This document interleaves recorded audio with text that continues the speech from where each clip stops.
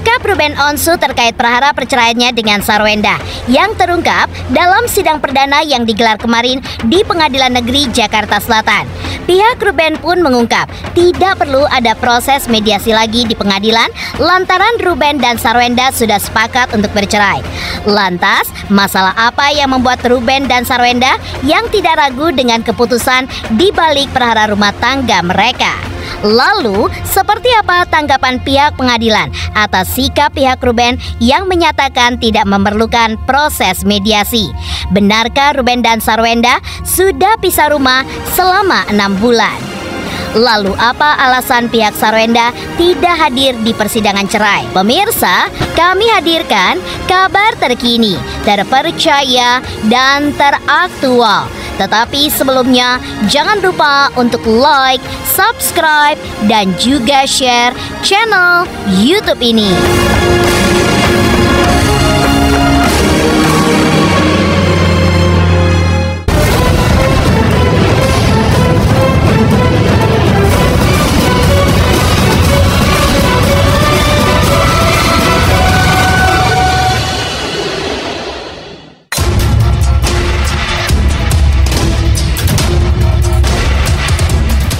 Perceraian Ruben Onsu dengan Sarwenda akhirnya kemarin sampai pada tahap sidang perdana di Pengadilan Negeri Jakarta Selatan. Sidang hanya dihadiri kuasa hukum Ruben Onsu, sedangkan Ruben sendiri absen. Demikian juga dengan Sarwenda. Entah mengapa, Sarwenda pun tidak mengutus kuasa hukumnya untuk mengikuti persidangan. Ketidakhadiran pihak Sarwenda diduga oleh pihak Ruben selaku penggugat, mengaku sudah tidak merasa perlu lagi diadakan mediasi terkait gugatan perceraiannya atas Sarwenda. Hal tersebut disampaikan kuasa hukum Ruben lantaran Ruben dan Sarwenda sudah sepakat untuk bercerai.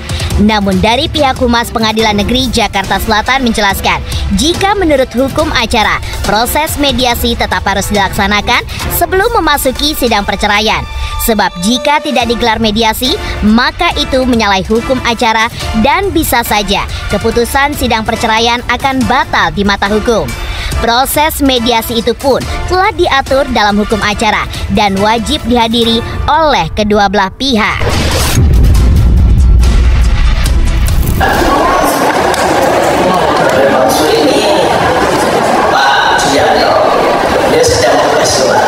Agenda sidang hari ini pemanggilan terhadap para penggugat dan tergugat, dan kami dari pihak penggugat sedang menghadiri panggilan pertama dan tergugat tidak hadiri persidangan hari ini. Mediasi seperti tidak ada.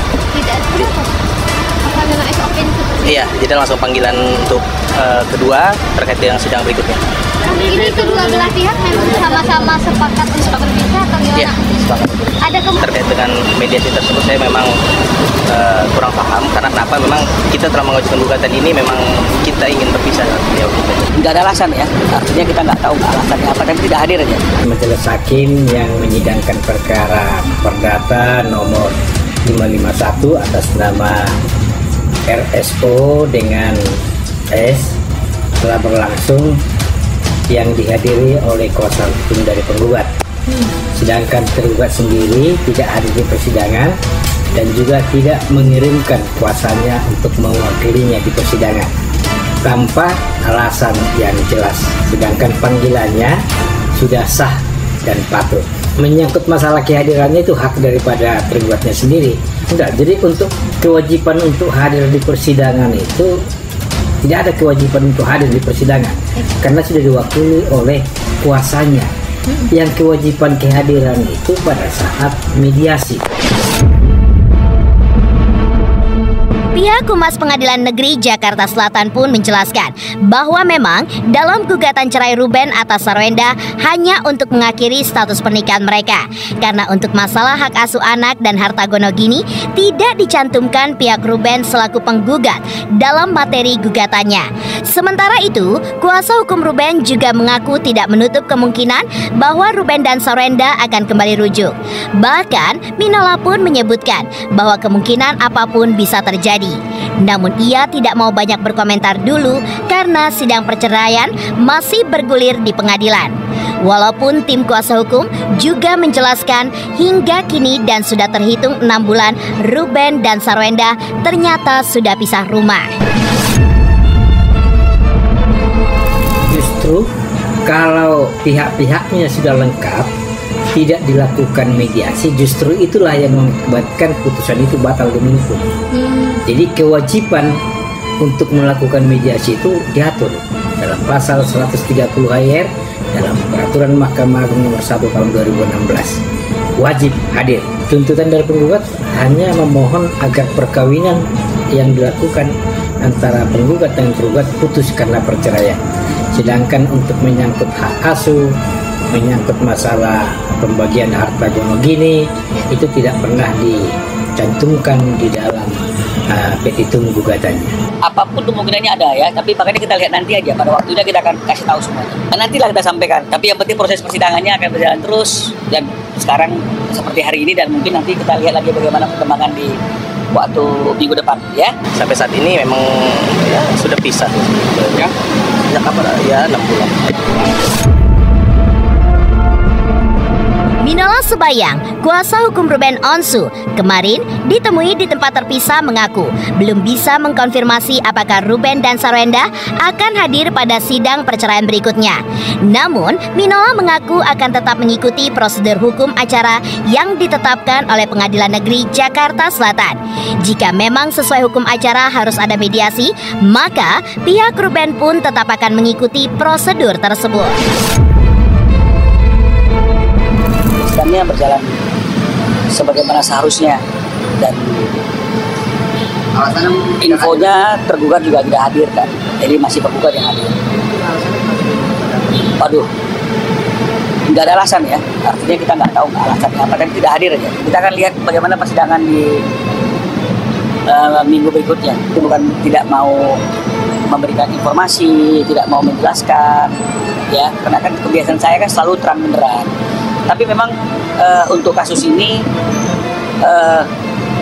kita ingin setelah semua masalahnya itu selesai, semua masalah itu jelas endingnya, kita akan memberikan informasi ke teman-teman, menjelaskan semuanya biar artinya teman-teman dan juga masyarakat jelas gitu apa yang terjadi. Nah, tapi hari ini kita masih belum bisa buka apa-apa, belum bisa kasih informasi apa-apa, dan ini juga sejalan dengan sidangnya juga di pengadilan. Jadi kan teman-teman lihat tertutup ya untuk umum, jadi memang belum bisa disampaikan. Jadi untuk menjaga prosesnya kita memang udah ada satu komitmen, nanti semuanya kalau udah jelas apapun endingnya kita akan sampaikan. Untuk menjaga semua prosesnya itu bisa biar berjalan dengan baik kan, toh sidangnya juga tertutup kan, apapun segala kemungkinan bisa saja terjadi. Jadi nggak mau informasinya nanti nggak akurat gitu, karena semua bisa saja masih proses lah, semua masih proses lah. Ke depan juga bisa kondusif seperti hari ini.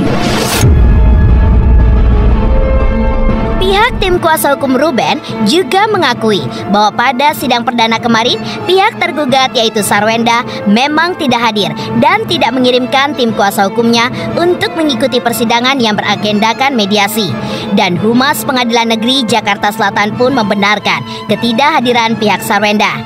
Karena itu akan dilakukan pemanggilan kedua terhadap Sarwenda untuk hadir di sidang cerai yang digelar pada hari Selasa tanggal 16 Juli 2024.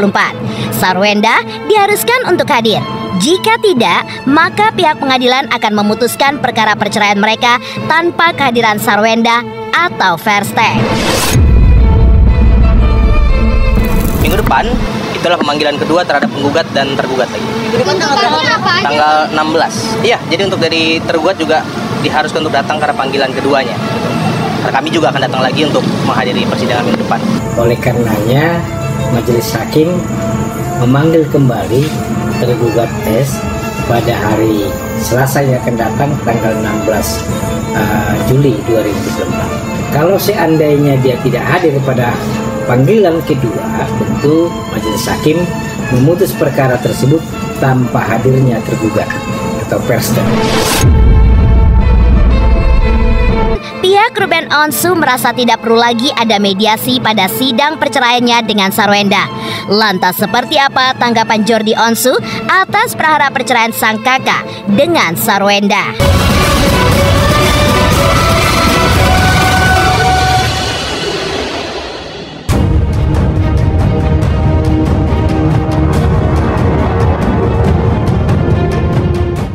Kemarin, sidang perdana perceraian Ruben Onsu dan Sarwenda sudah digelar di Pengadilan Negeri Jakarta Selatan.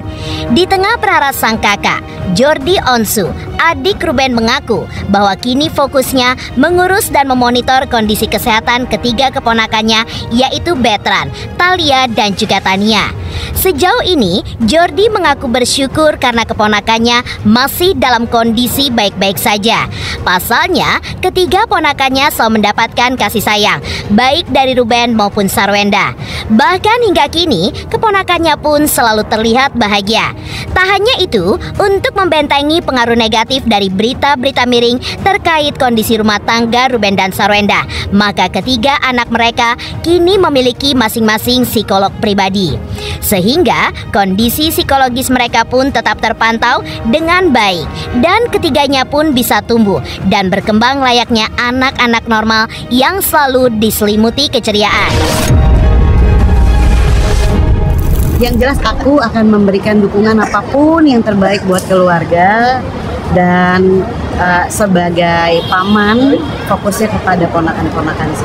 Kalau ponakan kondisinya Tania good, very good, senang, happy, karena alhamdulillah sampai hari ini tidak kekurangan kasih sayang. Sama ayah main dogi, sama bunda bisa main cewek-cewek tuh kalau bikin kuku bilangnya nail art.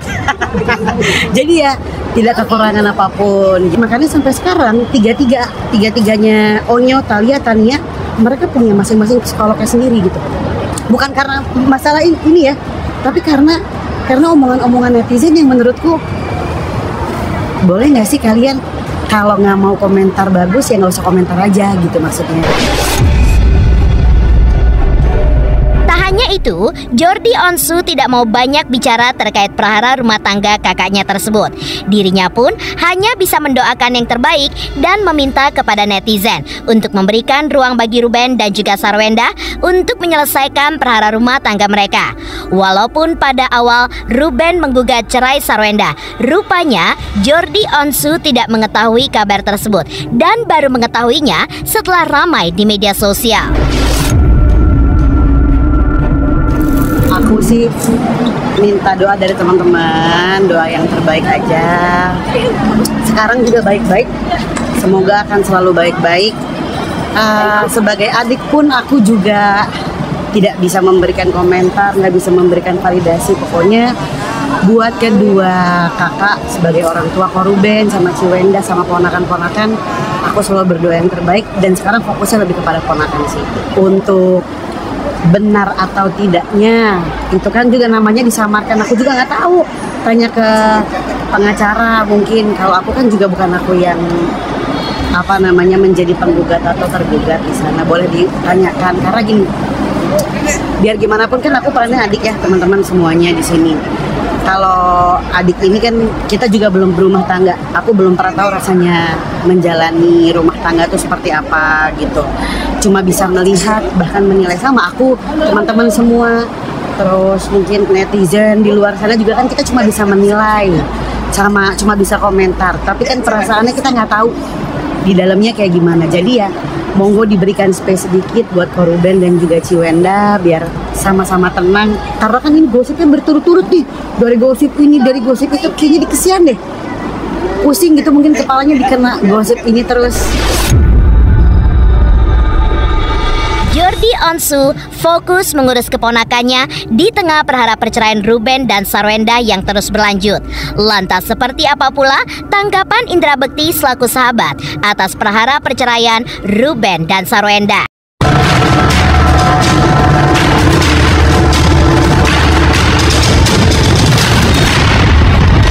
Dan pastikan jangan lupa untuk like, subscribe, share, dan komen.